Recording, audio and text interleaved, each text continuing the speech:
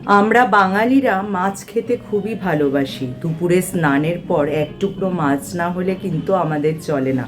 আমাদের মধ্যে অনেকেই আবার চুনোপুঁটি খেতে ভালোবাসে, আবার অনেকে কিন্তু খোঁজে ইলিশ, আবার অনেকের পছন্দ শিঙি মাগুর। কিন্তু তোমাদের জানা উচিত কোন মাছ খেলে সবচেয়ে বেশি পুষ্টিকর হবে। এমন একটি দুর্দান্ত এবং পুষ্টিগুণে ভরপুর ছোট্ট মাছ হলো টুনা। টুনা মাছে মাত্র 85 গ্রাম টুনা মাছে কিন্তু 21 গ্রাম প্রোটিন থাকে। এই মাছ কিন্তু খুবই উপকারী আমাদের শরীরের জন্য।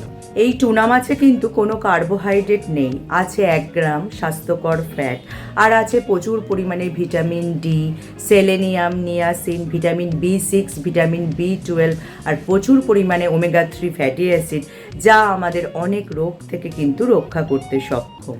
এই টুনা মাছে আছে প্রচুর পরিমাণে ক্যালসিয়াম, যা আমাদের হাড় মজবুত করতে সাহায্য করে। এছাড়া এই মাছে রয়েছে প্রচুর পরিমাণে নিয়াসিন, সেলেনিয়াম, ফসফরাসের মতো উপাদান, যা আমাদের চুল পড়া কিন্তু রোধ করতে সক্ষম। সপ্তাহে যদি 2বারও তোমরা এই মাছ খাও তাহলে কিন্তু উপকার পাবে। এই টুনা মাছে রয়েছে প্রচুর পরিমাণে অ্যান্টিঅক্সিডেন্ট, যা আমাদের কোলেস্টেরল কমাতে যেমন সাহায্য করে, তেমনি হৃৎপিণ্ডকে ভালো রাখতেও সাহায্য করে এবং রক্তচাপও নিয়ন্ত্রণে রাখে। এছাড়া দৃষ্টিশক্তি ভালো রাখতে এবং মানসিক চাপ কমাতেও সাহায্য করে এই টুনা মাছ। দেখবে অনেক শিশুদেরই কিন্তু এই টুনা মাছের যে স্যান্ডউইচ পাওয়া যায় সেটা কিন্তু অনেকেরই প্রিয়।